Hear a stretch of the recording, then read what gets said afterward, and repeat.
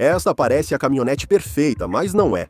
Hoje vou te apresentar a Lincoln Navigator 2026, uma caminhonete que qualquer um gostaria de ter. Esta poderia ser a melhor SUV de luxo se não tivesse alguns detalhes que realmente me deixaram pensando. Ela tem tecnologia avançada, como veremos na cabine, mas alguns donos reclamaram de detalhes que você provavelmente vai concordar. E para uma SUV full size como essa, você imaginaria que aqui tem um V8, certo? Bom, vamos ver se o que tem aqui é um V8 ou a quantos cilindros reduziram o coração desta V8. Ela custa mais de 6 dígitos. Com esse valor, dá para comprar um apartamento. Vamos descobrir se ela é mais refinada que uma Cadillac Escalade ou Jeep Grand Wagoneer.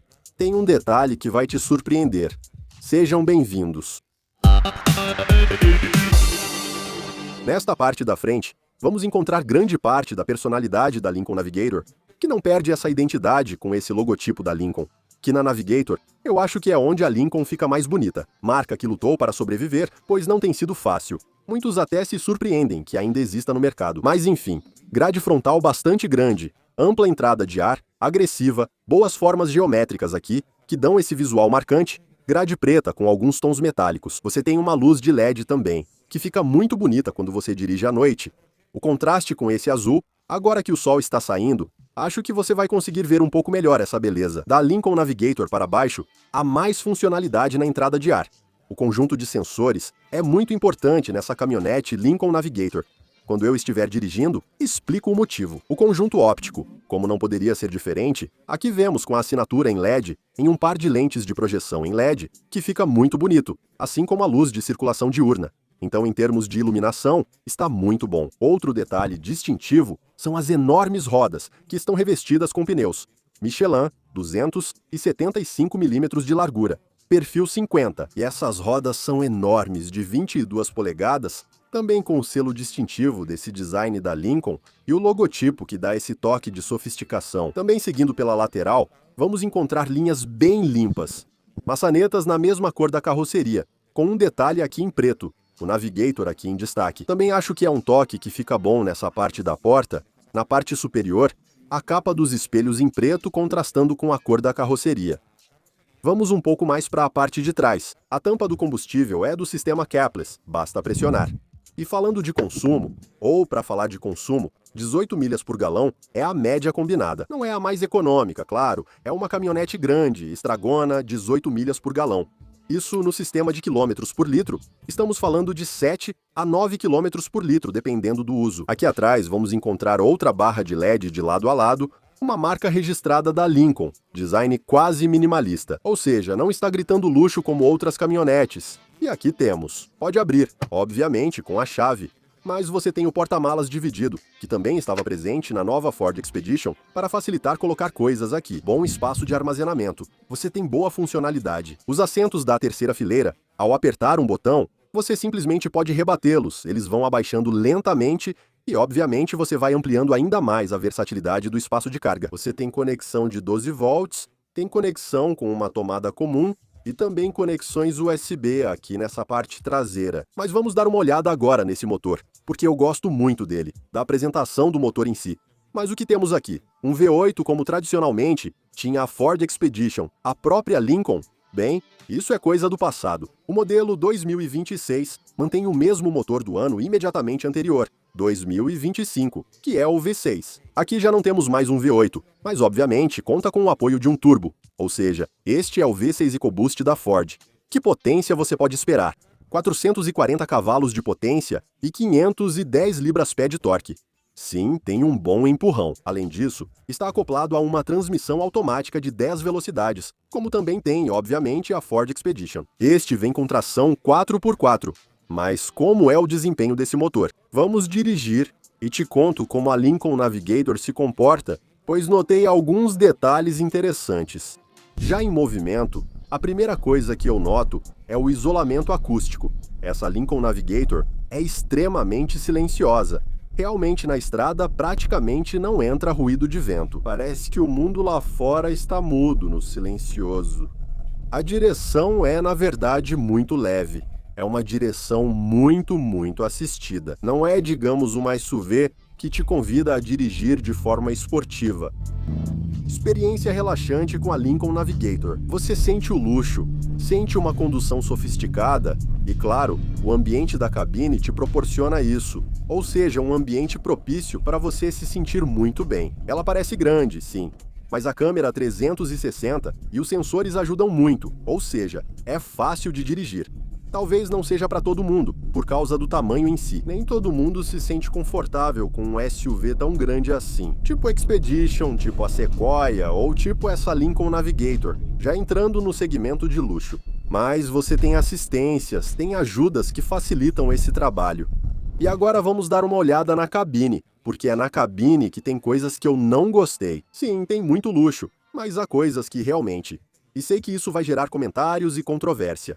Antes, se está gostando do vídeo, por favor, dê um like, não custa nada. Assim, ajudamos as pessoas que estão procurando caminhonetes como essa a verem o vídeo e terem uma boa informação, uma boa orientação. E também se inscreva no canal. Se você ainda não se inscreveu, por favor, é importante. É uma forma de apoiar e também ajudamos assim outras pessoas para que esses vídeos se espalhem um pouco mais e possam ver e tomar decisões de compra. Com orientação, com informação, vamos para a cabine. Na cabine, obviamente, predomina essa enorme tela, que é a primeira coisa que chama a atenção quando você entra aqui, você vê essa telona enorme. Uau! O que aconteceu com as telas pequenas de outras épocas? Essa tela é como se você estivesse em um cinema, porque tem uma quantidade de informações.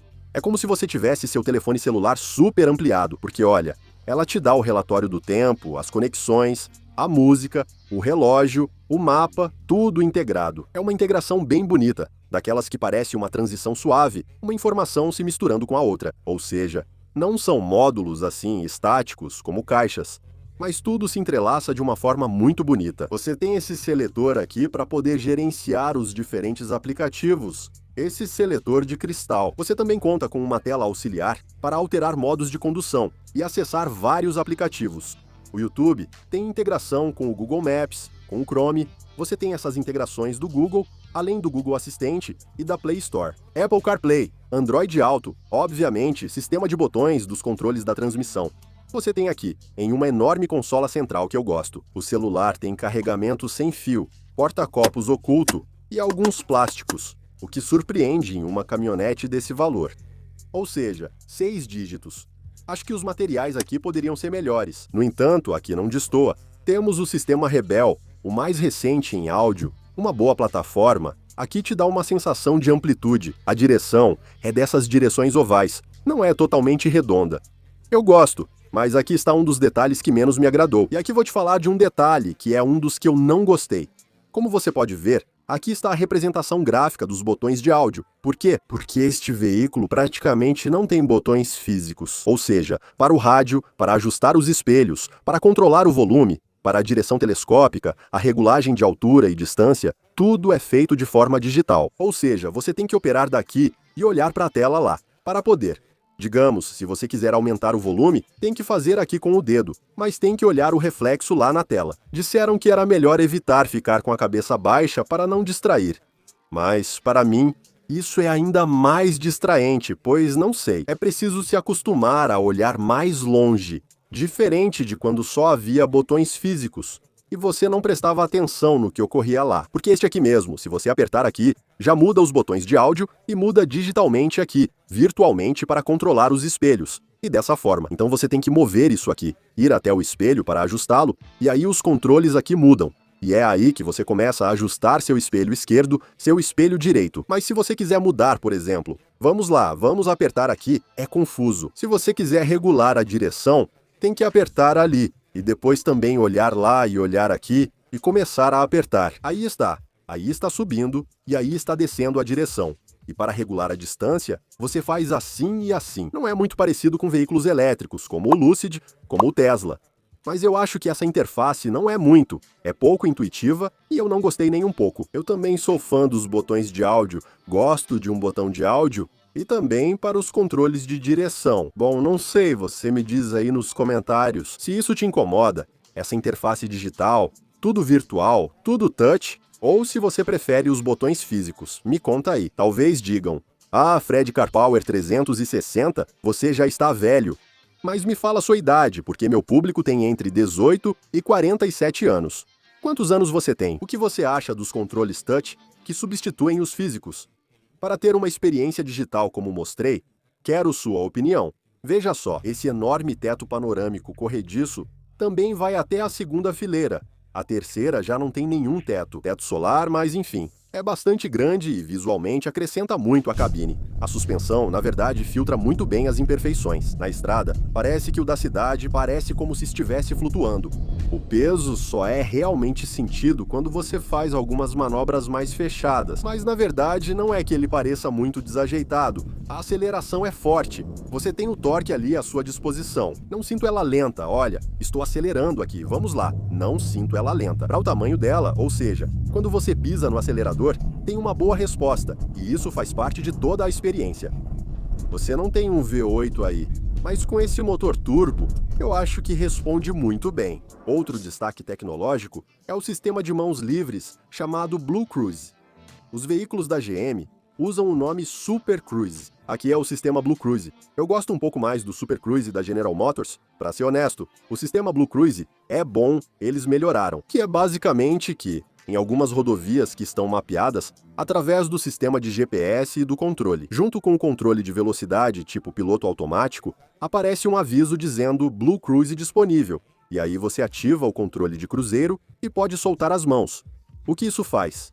É isso? Corrige moderadamente. Sempre te mantém alerta para olhar para frente. Não é para você se distrair, não é para você pegar uma revista ou o celular, não. Mas você pode ir um pouco mais tranquilo, tirar os pés, relaxar um pouco, sempre mantendo a atenção e ativando a seta. Você pode mudar de faixa. A vantagem do Super Cruise nos veículos Chevrolet, General Motors e Cadillac é que o sistema já realiza essa função. Não é necessário ativar a seta, pois ele detecta quando pode mudar de faixa. No Lincoln Navigator, precisei ativá-la para mudar. Enfim, é o sistema Blue Cruise de mãos livres. Mas agora vou te mostrar algo que, se eu não te contar, você nunca vai descobrir na vida. É um desses detalhes, um detalhe de luxo, mas está muito escondido. Isso é algo que você vai encontrar aqui, levantando a tampa do compartimento central deste espaço de armazenamento. Não está por aqui, mas olha, ninguém olha isso e isso. Quando você aperta esse botão, voilá, ali aparecem 3 caixinhas. Uma marrom, uma roxa e uma azul. Olha que bonito, claro que é. E vemos aqui alguns circuitos. Bom, isso nada mais é do que aromas para distribuir por toda a cabine. O aroma tem 3 fragrâncias diferentes, e elas estão conectadas, como eu disse, aqueles circuitos para que sua Lincoln Navigator fique com um cheiro muito bom para melhorar. É um detalhe de luxo que, como eu disse, se eu não te contar, acho que ninguém percebe. Aí está, você tem uma visibilidade magnífica. É verdade, a única coisa é que o espelho, que estranho não ter monitor de câmera, aquela lente de câmera que reflete no espelho, não tem. Para uma caminhonete que custa o que essa custa, ou seja, estamos falando de premium, acho que deveria ter a opção de espelho, mas também com câmera, né? Aqui entrando na rodovia, aceleramos. Sente-se um barulho do motor. Não decepciona, não destoa. Você já pode fazer uma ultrapassagem. Não. Modos de condução. Claro, tudo isso é, como eu disse, operação eletrônica digital. É como se faltasse um botão aqui para você poder manobrar, para poder sentir. Digamos que seja mais fácil, mas você tem que apertar alguns comandos, o que me parece que não é bom. Digamos, para a segurança, para mudar o modo de condução. E eu estou no modo de condução normal. Acabei de mudar para o Excite. É assim que eles chamam o motor. Tudo. Não. Isso implica um risco de segurança. Porque tranquilamente, enquanto você está fazendo isso aqui com o dedo, que eu acho que também pode ativar por aqui, mas mesmo assim, você tem que se concentrar no que está fazendo. Você pode acabar desviando de faixa. Ou seja, a mão vai seguindo o olhar e você pode sair da faixa. E isso pode ser uma situação de perigo. Então essa parte não é algo que eu goste muito. Mas enfim, a aceleração é forte. Torque disponível desde baixas rotações não parece lenta para esse tamanho. Responde com autoridade quando você faz isso. Olha, pisa no acelerador. O espaço para a terceira fileira de assentos é bom, estamos falando de uma SUV full size. Você não vai ficar comendo com os joelhos encostados? Eu acho que tem um bom espaço. Você também tem conectores USB e o acesso também é fácil, porque na entrada tem um botão onde você pode mover facilmente de forma elétrica. Os assentos da segunda fileira. Quando você abre alguma das portas, o estribo retrátil se abre. Ele sai para te receber e facilitar o seu acesso. E uma vez que você entra, obviamente é bastante fácil. Com o estribo, você se sente muito confortável. Tem conexões USB aqui, uma boa consola central. Aqui os passageiros da segunda fileira, isso tem muito luxo. Também tem mais compartimentos aqui. E, obviamente, você tem a possibilidade de assentos aquecidos na segunda fileira. Agora, se você vai comprar, bom, quanto você tem que tirar da conta bancária? De quanto tem que fazer o cheque? Se é que ainda faz cheque, porque agora tudo é transferência bancária, né? Bom, você tem que, se você quiser a mais barata, ela começa em 90 mil dólares. 90 mil dólares, mas as mais equipadas, uma como essa aqui, pode facilmente passar dos 105 mil dólares, 6 dígitos. É impressionante. Se você vai até a concessionária, esse é o dinheiro, a grana, a bufunfa que você tem que levar. E se você vai até a concessionária, eu te recomendo que fique de boca fechada, que não fale muito, porque eles podem usar isso contra você como estratégia para tirar mais dinheiro de você. Então eu te recomendo que fique de boca fechada na concessionária. Esse é o nome do meu livro digital, que está na descrição deste vídeo, e lá eu explico como você pode conseguir, como você pode baixar. Fique de boca fechada na concessionária, para que você tenha a possibilidade de fazer um bom negócio. Muito bem! O que você achou da Link ou Navigator desta edição? A Reserve 4x4 luxo, mas também não é perfeita. Como eu disse, me conte nos comentários e também o que perguntei lá dentro, me diga quantos anos você tem. Se quiser, não é obrigatório. E o que você achou daquela interface que eu não gostei? Vou ler seus comentários. Por enquanto é só. Quero mandar um abraço para todos os amigos que me seguem. Do México, Costa Rica, República Dominicana, Porto Rico, Argentina, Chile, Peru, que são muitos, e também do Panamá. Obviamente, toda a minha grande audiência dos Estados Unidos. A audiência dos Estados Unidos cresce cada vez mais. Um grande abraço para toda a comunidade latino-americana, que é uma força pujante de trabalho aqui nos Estados Unidos. Isso eu digo porque já estou aqui há 36 anos aqui. Não é fácil assim. Um grande abraço para toda a comunidade latino-americana que está nos Estados Unidos muito bem. Vou deixar um vídeo aqui para você assistir e te espero no próximo vídeo. Um abraço, inscreva-se no canal. Tchau!